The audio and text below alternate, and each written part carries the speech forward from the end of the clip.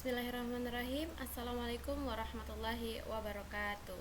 Perkenalkan, nama saya Rohman Nur Fadilah dari Prodi Bimbingan dan Konseling Islam semester 4, di mana video kali ini bertujuan untuk menyelesaikan tugas akhir dari mata kuliah Psikologi Pendidikan yang diampuh oleh Bapak Hasan Abdillah, SPSI, MPSI. Di video kali ini saya akan menjawab beberapa pertanyaan yang telah diberikan kepada saya dan juga yang telah diberikan kepada teman-teman saya mengenai materi-materi yang telah dijelaskan dalam semester 4 ini. Yang pertama, apa itu psikologi pendidikan? Baik, jadi di sini saya akan mencoba menjelaskan apa itu psikologi pendidikan berdasarkan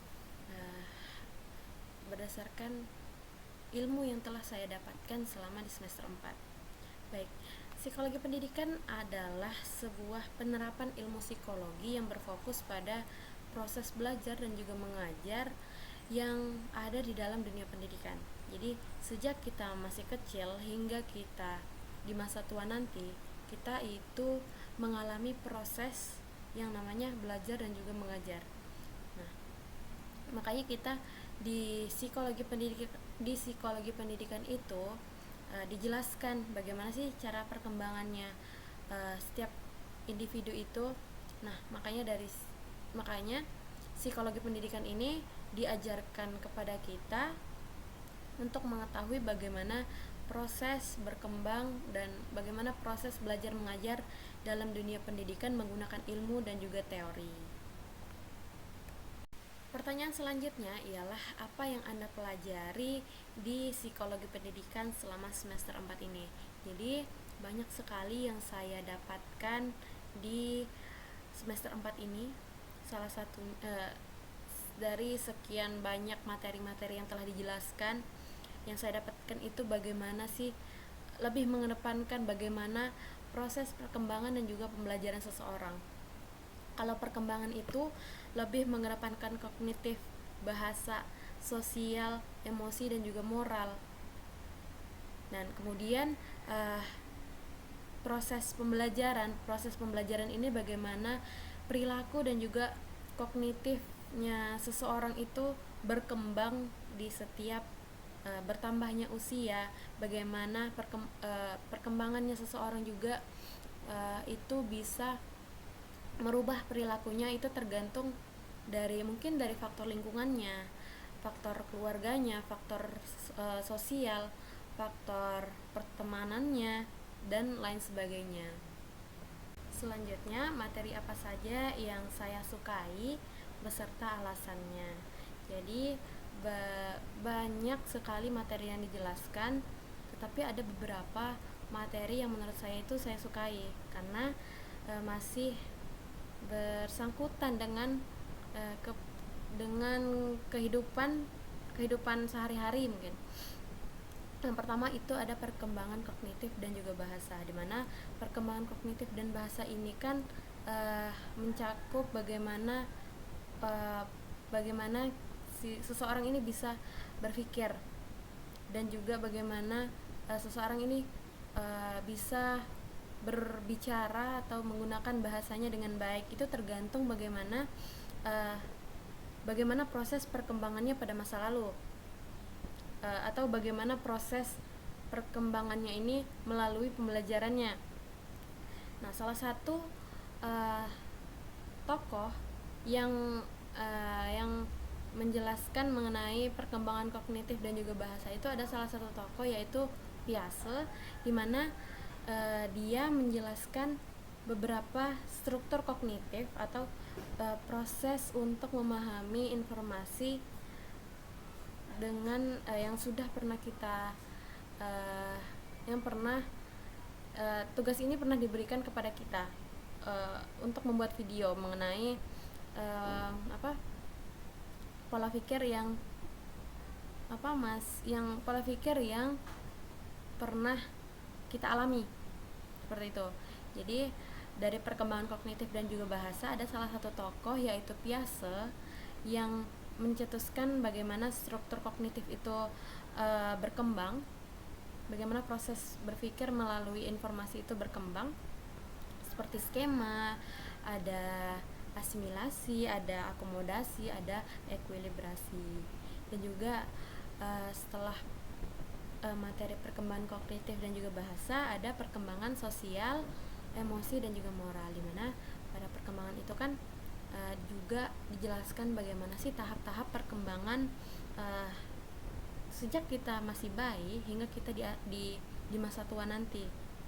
Kalau di masa bayi itu bagaimana proses percaya dan juga proses ketidakpercayaannya seorang anak kecil atau pada masa bayi. Kemudian semakin meningkatnya usia itu muncul yang namanya rasa keraguan. Ada juga setelah itu semakin menambahnya usia lagi, anak-anak ini akan memahami lingkungan yang ada di sekitarnya, jadi akan merasa bingung pada saat dia sudah remaja, kemudian masuk pada dewasa awal, kemudian dewasa akhir, kemudian pada masa tua dia merasa putus asa karena dia harus mau dan tidak mau harus bisa menerima dirinya yang saat ini, karena pada masa lalunya mungkin bisa saja tidak terpenuhi, dan hingga pada akhirnya di masa tua mau tidak mau dia harus bisa menerima dirinya yang mau tidak mau harus bisa menerima dirinya yang seperti ini. Pertanyaan yang keempat yaitu materi yang merubah Anda dan apa yang berubah, dan tolong dijelaskan. Baik, menurut saya materi yang merubah diri saya sendiri itu ada materi perkembangan sosial, emosi, dan juga moral. Karena dari materi itu saya bisa melihat bagaimana sih cara pandang saya melihat orang lain, bagaimana perkembangan orang lain dari mungkin sejak masa kecil, dari bayi, kemudian hingga masa tua. Jadi setiap saya melihat anak kecil, saya tuh kadang suka sangkut pautin loh dengan materi yang sudah dijelaskan di kelas, kayak misal bayi. Di anak bayi kan ada yang namanya proses kepercayaan versus ketidakpercayaan. Jadi saya di situ melihat bagaimana sih anak kecil ini diajarkan, dikenalkan mengenai proses percaya dan tidak percayaan ini. Dan kemudian saya melihat perkembangannya seseorang itu berdasarkan usia. Juga saya kadang sangkut pautin mengenai materi yang sudah dijelaskan. Oh, ternyata di usia seperti ini sesuai loh dengan materi yang dijelaskan oleh materi yang sudah dijelaskan di dalam kelas, seperti itu. Selanjutnya, pertanyaan kelima yaitu bagaimana penerapan psikologi pendidikan dalam kehidupan saat ini. Jadi terkhusus di saat ini salah satu materi yang sudah dijelaskan oleh salah satu tokoh yaitu Piaget mengenai struktur kognitif, bagaimana sih proses dalam memahami sebuah informasi melalui pola pikiran, itu sering terjadi dalam kehidupan saya. Karena ketika saya mengalami sebuah pengalaman baru, itu kadang saya sangkuti dengan materi yang dijelaskan oleh Piaget ini, yaitu apa? Skema ini kan merupakan proses untuk memahami lingkungan yang baru. Jadi ketika saya mendapatkan sebuah pengalaman baru, itu saya kaitkan dengan materi dari skema tadi. Kemudian setelah skema ada yang namanya asimilasi. Asimilasi itu apa? Proses mencari tahu lebih banyak lagi. Contohnya nih, ketika saya membuat video seperti ini, saya pasti kan memiliki beberapa catatan. Nah, catatannya ini yang kadang saya lihat ke kamera juga. Kemudian setelah saya melihat catatan ini, saya mencari tahu lebih banyak lagi berdasarkan skema-skema yang sudah saya dapatkan pada pengalaman masa lalu. Saya menjelaskan berdasarkan saya mencoba mencari tahu lebih banyak lagi mengenai skema yang saya dapatkan. Kemudian ada yang namanya akomodasi. Di akomodasi ini adanya proses untuk memodifikasi pengalaman baru. Nah, tadi kan saya mendapatkan sebuah asimilasi dari catatan. Dari catatan saya mencoba untuk mencari tahu lebih banyak lagi melalui pola pikir saya. Kemudian di akomodasi itu kita memodifikasi bagaimana sih sebuah catatan ini kita tuh gak harus berpaku sama catatan, kita kembangkan lagi apa yang kita tulis, kemudian kita sampaikan hingga akhirnya akan mencapai yang namanya ekuilibrasi atau proses untuk mencapai pemahaman. Jadi setelah kita melihat dan juga merasakan suatu hal yang baru, itu terkadang saya sering mengaitkan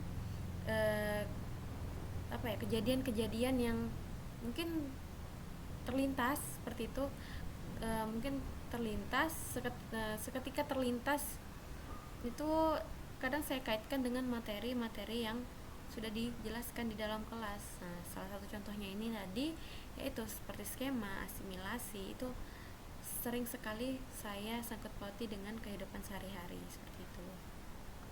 Cukup sekian video yang dapat saya sampaikan mengenai tugas akhir dari mata kuliah psikologi pendidikan. Semoga dapat dipahami. Saya Rohman Nur Fadilah. Mohon maaf sekali ketika saya menyampaikan dalam video banyak kata-kata yang mungkin sulit dipahami. Semoga kedepannya saya bisa lebih baik lagi dalam menjelaskan. Wallahul muwaffiq ila aqwamit thoriq. Wassalamualaikum warahmatullahi wabarakatuh.